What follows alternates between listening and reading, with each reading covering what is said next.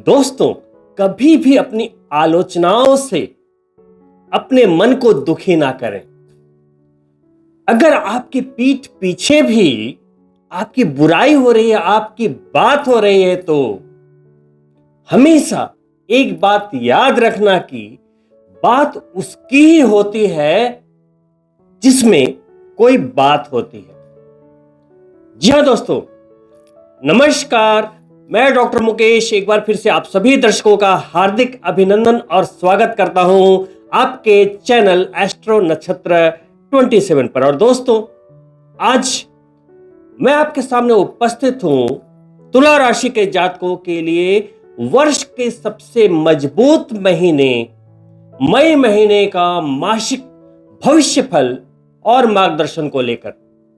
दोस्तों, जैसा कि आप जानते हैं कि ग्रहों के राजा सूर्यदेव पूरे वर्ष में अपनी सबसे अधिक ऊर्जा में अपनी उच्च राशि में मिड अप्रैल से मिड मई के दौरान गोचर करते हैं। और जब सूर्यदेव उच्च के होते हैं तो बाकी के सारे प्लैनेट्स के सकारात्मक रिजल्ट देने की क्षमता 100% हो जाती है, और जो नेगेटिव ग्रह हैं, क्रूर ग्रह हैं, अशुभ परिणाम आपको दे रहे हैं, बाधाएं दे रहे हैं, रुकावटें दे रहे हैं, उनकी जो एनर्जी है वो फीकी पड़ती है।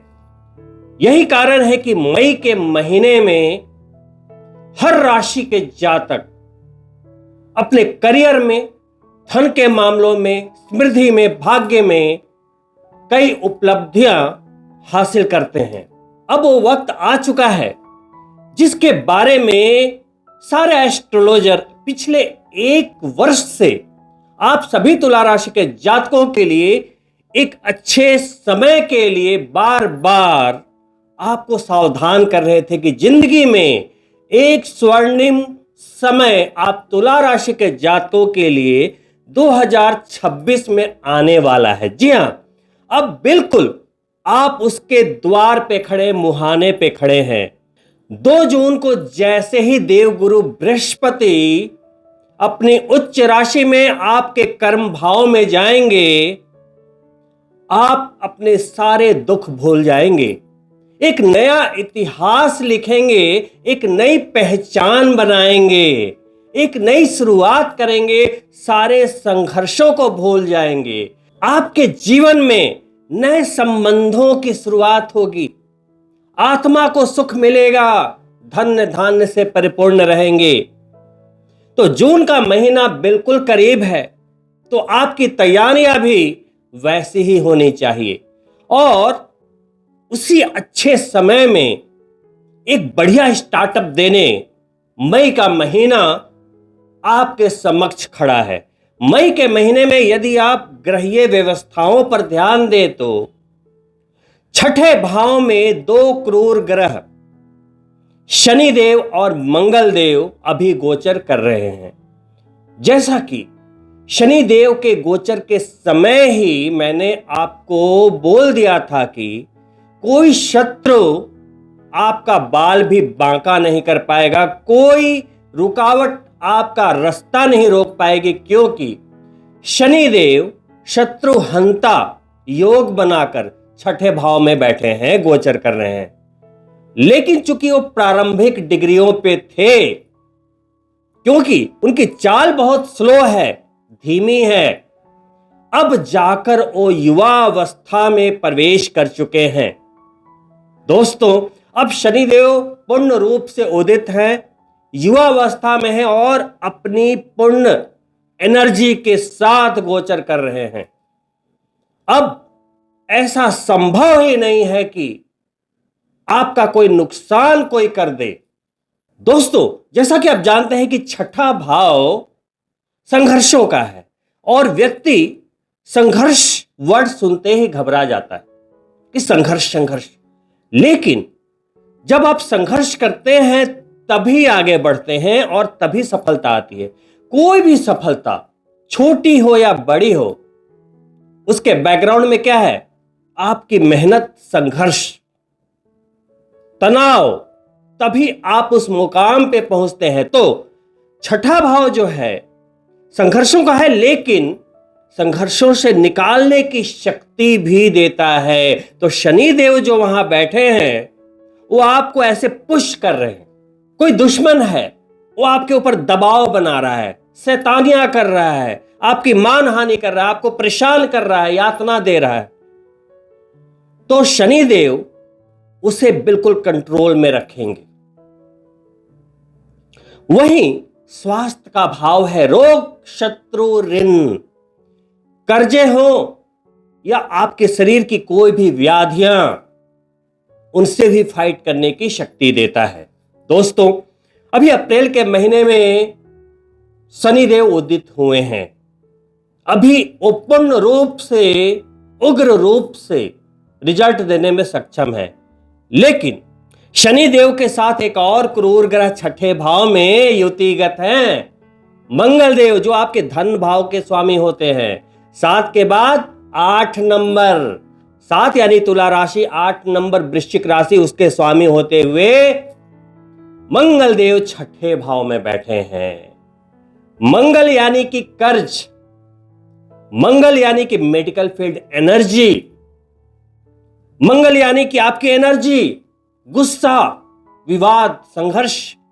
लेकिन तुला राशि के लिए धनेश छठे भाव में बैठे हैं, ऋण के भाव में मंगल हैं, तो आपको इतनी मात्रा में धन दे देंगे कि कर्जे से निकाल सकते हैं। पहले 11 दिन वो छठे भाव में देवगुरु बृहस्पति की राशि में, मित्र राशि में गोचर कर रहे हैं, लेकिन शत्रु ग्रह के साथ है। मंगल शनि की बिल्कुल नहीं बनती, और मंगल शनि पूरे विश्व में तनाव, विवाद, दुर्घटनाओं वाली स्थितियां पैदा करता है। 11 मई के पहले यदि आप तुला राशि के जातक हैं और पत्रिका में शनि की स्थितियां अच्छी नहीं है, तो आपको सावधानी से चलना चाहिए, ड्राइविंग सावधानी से करनी चाहिए, बिना मतलब के कोई रिस्क नहीं लेना चाहिए। दोस्तों, वही मंगल देव सिर्फ आपके धनेश ही नहीं बल्कि तुला राशि के जातकों के लिए 7वें भाव के स्वामी भी होते हैं। दोस्तों, 7वां भाव जिसे आप विवाह का भाव कहते हैं, रिलेशनशिप, स्पाउस का भाव, लंबी साझेदारियों का भाव और व्यापार का भाव कहते हैं, वो सिर्फ इन्हीं का भाव नहीं है। 7वां भाव आपके मस्तिष्क यानी ब्रेन के 2 हिस्सों का संतुलन है। लेफ्ट ब्रेन से आप क्या करते हैं? तर्क करते हैं, डिसीजन लेते हैं, विश्लेषण करते हैं स्थितियों का, और राइट ब्रेन से आप क्या करते हैं? कल्पनाएं करते हैं, इमोशंस, इल्यूजन। तो आप जिंदगी में अकूत संपत्ति कमा सकते हैं, पैसे ही पैसे कमा सकते हैं। तो 7वां भाव आपके तर्क, कल्पना, विश्लेषण, डिसीजन और आपके सर्वस्व ब्रेन कैपेसिटी को भी रेगुलेट करता है। और मई के पहले गोचर के रूप में मंगल देव जो आपके धनेश होते हैं, अपनी ही राशि में, क्योंकि 7वें भाव में नंबर 1 राशि बनती है, मेष राशि, जहां सूर्यदेव उच्च होते हुए पहले से ही गोचर कर रहे हैं, बहुत ही बढ़िया पोजीशन में, वहां पर मंगल देव 11 मई को अपनी ही राशि में आ जाएंगे। क्योंकि वो केंद्र भाव है, मंगल देव अपनी राशि में आएंगे, रोचक राजयोग बनेगा, जो पंच महापुरुषों में शुमार एक बहुत ही शक्तिशाली राजयोग है। देखिए, एक होता है योग, एक होता है राजयोग। जब योग बनते हैं तो जब आप मेहनत कर रहे हैं, भागा दौड़ी कर रहे हैं, ठीक है, जो आप पैसे कमा रहे थे, 100 रुपए आने थे, 125 आ गए, 150 आ गए, 200 आ गए, जिस चीज की आप कल्पना कर रहे थे, जो प्यार अपनी जिंदगी में चाह रहे थे, जो चाहत आपकी थी, जो कल्पना थी, वो उम्मीद से ज्यादा आपको प्राप्त करवाता है योग, जब अच्छे योग बनते हैं। लेकिन ये है राजयोग, रोचक राजयोग। ये जब बनता है तो सिर्फ आपकी चाहत ही नहीं पूरी होती, बल्कि आपकी जिंदगी बदल जाती है। ऐसे राजयोग समय समय पर 1 से 1.5 महीनों के लिए बनते रहते हैं, लेकिन यही राजयोग आपकी किस्मत बदल के रख देते हैं। तो मंगल जब राजयोग बनाता है तो अभी अभी मैंने समझाया कि 7वां भाव आपके ब्रेन की पूरी तार्किक शक्ति, कल्पना शक्ति, निर्णय, सब चीजों को दिखाता है। तो जब मंगल देव आएंगे तो मंगल खुद सेनापति है। ऐसे में जब वो 7वें भाव में राजयोग बनाते हुए गोचर करेंगे तो आपको क्या करना है? अपनी जिंदगी के बड़े बड़े निर्णय करने हैं, क्योंकि करता तो आप ही हैं। जो भी करना पड़ेगा आपको ही करना पड़ेगा। तो ये समय है कि कर गुजरिए। तो मंगल देव जो आपको डिसीजन करवाएंगे, आपको डेयर डेविल बनाएंगे, रिस्क कैपेसिटी को आपके अंदर पैदा करेंगे। जिन चीजों से आप डर रहे थे वो आपको पुश करेंगे। तो आपको क्या करना है? कर गुजरना है, क्योंकि मंगल देव डिसीजंस करवाने में, रिस्क लेने में सबसे बड़ा खिलाड़ी है। और वो किसी अशुभ भाव में नहीं बैठा, बल्कि राजयोग बना रहा है। तो दोस्तों, मंगल राजयोग बनाते हुए अपनी चतुर्थ दृष्टि से 10वें भाव को, यानी कि आजीविका के भाव को भी देखेंगे। तो मई के महीने में चाहे बिजनेस हो या आजीविका का कोई भी जरिया प्रचंडता को लिए हुए रहेगा। काफी एग्रेशन होना होगा। आप जोश से आगे बढ़ेंगे जिंदगी में, मतलब पूरे वर्ष का सबसे बेस्ट करेंगे। आपके अंदर से बातें आएंगे कि कुछ तो करना है, कुछ बढ़िया करना है। और इस महीने उन चीजों को कर गुजरने के लिए अंदर से आप बिल्कुल बेचैन भी रहेंगे। तो दोस्तों, बहुत ही सुंदर राजयोग। और जो भी तुला राशि के जातक हैं, बिजनेसमैन हैं, उनके लिए बहुत ही अच्छे संयोग। एकदम डिसीजन पे डिसीजन, काम पे काम, रुकना नहीं है। और मंगल यानी कि एनर्जी, अपने आप को एकदम एनर्जेटिक रखना है। आपको आलस नहीं करना है। जैसे ही आप आलस करेंगे, मंगल डीएक्टिवेट हो जाएगा। जैसे ही आप रिस्क लेने से डरेंगे, ये राजयोग निष्फल हो जाएगा। तो आपको हौसला रखना है।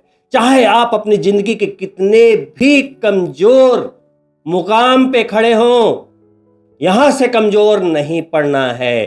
तभी ये राजयोग आपको हर चीज देने में सक्षम होगा। वहीं मंगलदेव की सीधी 7वीं दृष्टि आपके ऊपर आ रही है, जिसके कारण आपके अंदर थोड़ी सी कहीं ना कहीं गुस्से की प्रबलता हो सकती है, शॉर्ट ट्रिगर हो सकते हैं। तो अपने आप पर नियंत्रण रखिए। दोस्तों, वहीं आपके राशि के स्वामी शुक्र देव 8वें भाव में गोचर कर रहे हैं, अपनी राशि में गोचर कर रहे हैं। शास्त्र के अनुसार शुक्र देव का 8वें भाव का गोचर भी अच्छा माना गया है। दोस्तों, 8वां भाव भी असीम संभावनाओं का भाव है, क्योंकि वो छिपा हुआ भाव है। जिन लोगों को कभी कभी अकूत संपत्ति प्राप्त हो जाती है, अचानक धन का लाभ मिल जाता, अचानक वो सफल हो जाते हैं कभी कभी लाइफ में। आपने कई लोगों को देखा होगा कि वो जिसके लायक नहीं है वो भी बन गए, जितना पैसा नहीं आना चाहिए था वो भी आ गया। सडन पैतृक संपत्ति मिल गई, छिपा हुआ खजाना मिल गया, अचानक ऐसे जगह शादी हो गई कि जिंदगी ही बदल गई। कोई विदेश चला गया, किसी को ससुराल पक्ष से शानदार धन दौलत की प्राप्ति हो गई। ये सब क्या है? 8वां भाव, पैतृक संपत्ति, ससुराल पक्ष, छिपा हुआ धन, छिपा हुआ भाग्य, जो भी चीज आपकी जिंदगी में हिडन है, सब 8वां भाव है। आयुष्य। तो दोस्तों देखिए, शुक्र देव चूंकि आपके राशि के स्वामी हैं, अपनी स्वराशि में जाते हैं तो आपको कई तरह के लाभ कराते हैं, कुछ सडन गेन करवाते हैं। 14 मई तक ये बढ़िया संजोग बना रहेगा। 14 मई को दूसरे गोचर के रूप में निकलते हुए भाग्य के भाव में आ जाएंगे, मिथुन राशि में आ जाएंगे। और तुला राशि के जातकों के लिए राशि के स्वामी का भाग्य के भाव में जाना क्या दिखाता है? अगर आप एस्ट्रोलॉजर नहीं है फिर भी बता सकते हैं कि राशि के स्वामी भाग्य के भाव में जाएंगे तो भाग्य में प्रबलता आ जाएगी। जहां आप मेहनत कर रहे थे वहां भाग्य का भी साथ मिलने लगेगा, क्योंकि मंगल देव जो राजयोग बनाकर बैठे हैं, रोचक राजयोग, वो बहुत लंबे समय के लिए है। इतने लंबे समय के लिए है कि यदि आप कोशिश करें तो क्या नहीं कर सकते हैं। आपके जो भी सपने हैं उसे पाने की जो प्रक्रिया है प्रारंभ कर दीजिए, क्योंकि अभी नहीं तो कभी नहीं। दोस्तों, 2 जून फिर से याद दिला रहा हूं, देवगुरु बृहस्पति के उच्च होने के पहले मंगलदेव राजयोग बनाकर बैठ गए। कितना बढ़िया कॉम्बिनेशन है, आप सोच भी नहीं सकते। दोस्तों, वहीं आपके लाभ भाव के स्वामी सूर्यदेव, देखिए समझिएगा, तुला राशि के जातकों के लिए लाभ भाव के स्वामी होते हैं सूर्यदेव। वो अभी पिछले 14 अप्रैल से उच्च के हैं और आने वाले 15 मई तक रहेंगे। तो लाभ के स्वामी जब उच्च के होते हैं तो आपको उच्च कोटि के लाभ मिलते हैं, पैसों का प्रवाह बना रहता है, कॉन्फिडेंस आपके अंदर एकदम जबरदस्त वाला बना रहता है। इस दौरान सूर्यदेव आपके कई कार्य बनाएंगे, बिजनेस में भी लाभ, बिजनेस की ऐसी प्रगति जिसको कहते हैं कि चमक उठना, और बिजनेस के द्वारा लाभ की ज्यादा प्राप्ति, सरकारी क्षेत्रों से जुड़े लोगों को लाभ की ज्यादा प्राप्ति करवाएंगे, सरकारी काम बनाएंगे। अगर बहुत ही कम शब्दों में बोलूं तो जो भी लोग सरकारी नौकरी में हैं, बड़े पदों पे हैं, राजनेता हैं, उन्हें बड़े लाभ करवाएंगे। छोटे लाभ की बात ही नहीं कर रहा अभी, लेकिन 15 मई के बाद स्थितियां बदल जाएंगी। शास्त्रों के अनुसार अष्टम भाव में सूर्यदेव का गोचर अच्छा नहीं माना गया है। 15 मई को वो आपके अष्टम भाव में प्रवेश करेंगे, तो 1 महीना बिताएंगे, लेकिन चिंता की कोई बात नहीं। आपके राशि के स्वामी की प्लेसमेंट अच्छी है, मंगल देव की प्लेसमेंट अच्छी होगी, शनि देव की प्लेसमेंट अच्छी होगी, राहु केतु की प्लेसमेंट अच्छी हो गई, तो आपको चिंता की ऐसे कोई ज्यादा जरूरत नहीं है। सूर्यदेव जब अष्टम में जाएंगे तो बस गायत्री मंत्र करते रहिए, सूर्यदेव को जल अर्पित करते रहें, जब वो अच्छे भाव में हो या अष्टम भाव या किसी भी बुरे भाव में हो, क्योंकि हर गोचर तो अच्छा नहीं हो सकता ना। कई ग्रह आपको लाभ दे रहे हैं तो कुछ ऐसे ग्रह होंगे जो कि ऐसे डिग्रीज पे होंगे जो कि आपको थोड़े बहुत चैलेंजेस दे सकते हैं, क्योंकि 9 ग्रह हैं। 9 के 9 ग्रहों का एक साथ सब कुछ एक ही एनर्जी में रहना, पॉजिटिव एनर्जी में रहना बिल्कुल संभव नहीं है, क्योंकि एनर्जीज का जो कॉम्बिनेशन होता है वो आवश्यक है, तो तालमेल बिगड़ जाएगा।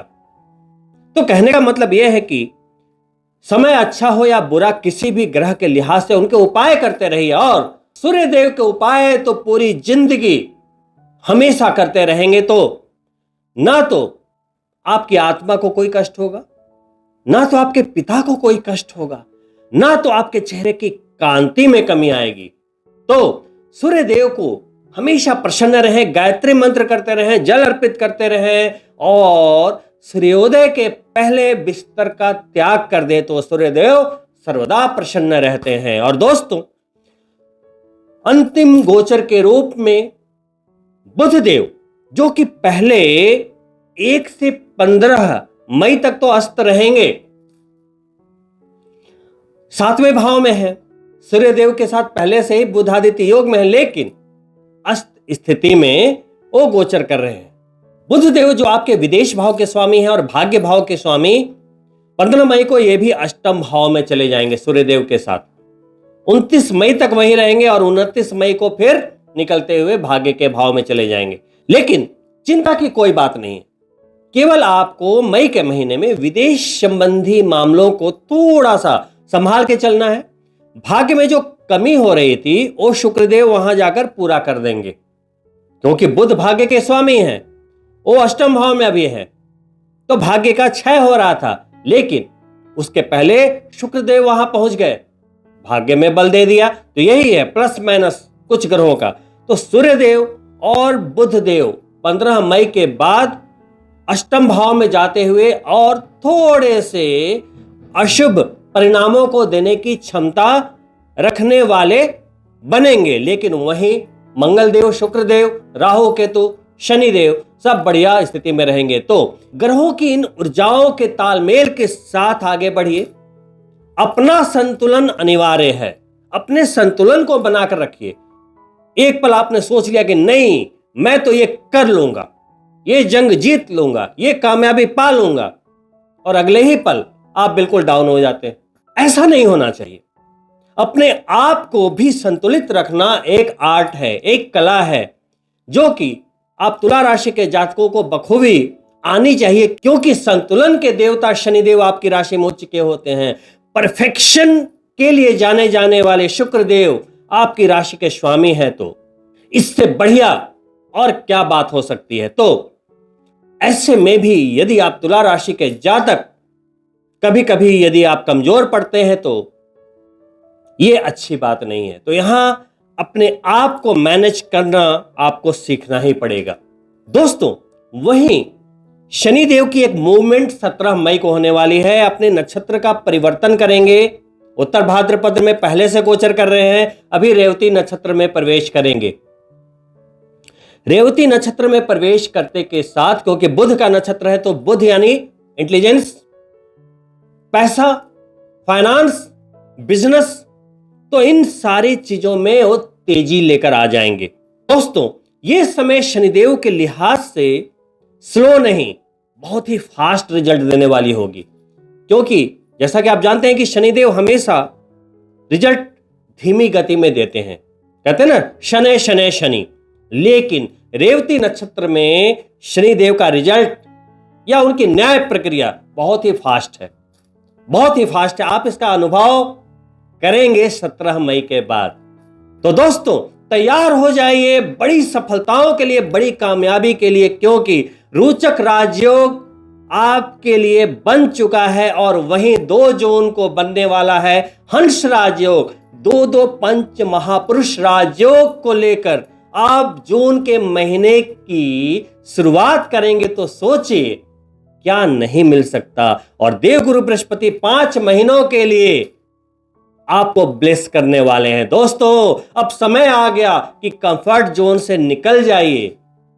मेढक जैसे ना बने। जैसे होता है ना कि यदि आप एक मेढक को गर्म पानी में जैसे ही डालेंगे, वो जंप करके भाग जाएगा, अपनी जान को बचा लेगा। लेकिन वहीं उसी मेढक को यदि आप पतीले में रखकर धीरे धीरे पानी को गर्म करो, तो क्या होगा? जैसे जैसे पानी थोड़ा वार्म होगा, गुनगुना होगा, वो अपनी बॉडी को एडजस्ट कर लेगा, टेम्परेचर को एडजस्ट कर लेगा और मजे में रहेगा। मतलब थोड़ी सी दिक्कत हो रही है, लेकिन वो मजे में रहेगा। जब पानी का टेम्परेचर और बढ़ेगा तो फिर भी वो निकलेगा नहीं, वो अपने टेम्परेचर को एडजस्ट करता रहेगा। और जब पानी बिल्कुल गर्म होने लगेगा और उसे लगेगा कि अरे ये कुछ खतरा है, डेंजर है, जब वो उठ के भागने की कोशिश करेगा, चूंकि गर्म हो चुका रहेगा, तो जंप नहीं कर पाएगा और वहीं मर जाएगा। तो ये एग्जाम्पल आपको बताता है कि हमारे जीवन में जो परेशानियां आ रही हैं, जो प्रेशर आ रहे हैं, जो बिजनेस में चल रही कुछ परेशानियां आ गई, जॉब में चल रही कुछ परेशानियां आ गई, संबंधों में कुछ परेशानियां आ गई जीवन में, तो आप उसे सॉर्ट आउट नहीं करते, अपने आप को एडजस्ट करना शुरू करते हो।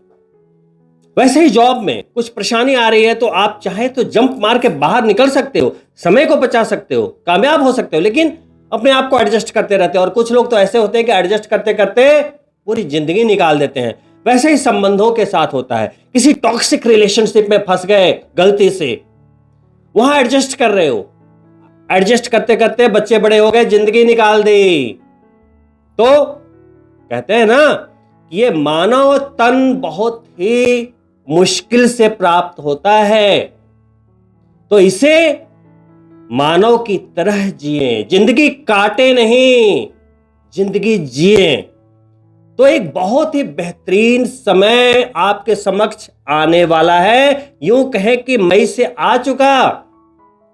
ये कोई कहने की बात नहीं, हर जगह, हर चैनल पे, हर एस्ट्रोलॉजर आपको यही सलाह देता मिलेगा। लेकिन हम लोग जो बात कर रहे हैं वो फैक्ट फिगर पे बात कर रहे हैं। लेकिन कामयाबी तभी मिलेगी जब आप उस अच्छे समय में कुछ अच्छा करेंगे, कुछ अच्छा प्रयास करेंगे, अपनी नेगेटिव एनर्जी को साइड में रखेंगे, अपने ईगो को साइड में रखेंगे और अपनी जिंदगी का बेस्ट देंगे, तो ये गोचर भी आपकी जिंदगी का बेस्ट आपको जरूर देगी। दोस्तों, इन्हीं शुभकामनाओं के साथ कि आप सभी तुला राशि के जातकों के लिए सिर्फ मई ही नहीं, मई के आगे भी आपके लिए सफलता ही सफलता हो, धन ही धन हो, अच्छे अच्छे रिलेशन मिले, प्यार मिले, रुतबा मिले, पावर मिले, स्वाभिमान से अपनी जिंदगी जिए। इन्हीं शुभकामनाओं के साथ मैं आपसे अनुमति चाहता हूं और अंत में आपसे आग्रह करता हूं कि यदि आप मेरे चैनल को पहली बार देख रहे हैं तो सब्सक्राइब करते हुए जाएं, साथ ही बेल बटन जरूर ऑन कर लें ताकि आने वाले वीडियो के नोटिफिकेशन आपको प्राप्त हो। वहीं वीडियो पसंद आए हो लाइक करते हुए जाएं और अपने मित्रों के लिए शेयर भी करें। जल्द ही मिलता हूं दूसरी वीडियो में, तब तक के लिए नमस्कार मित्रों।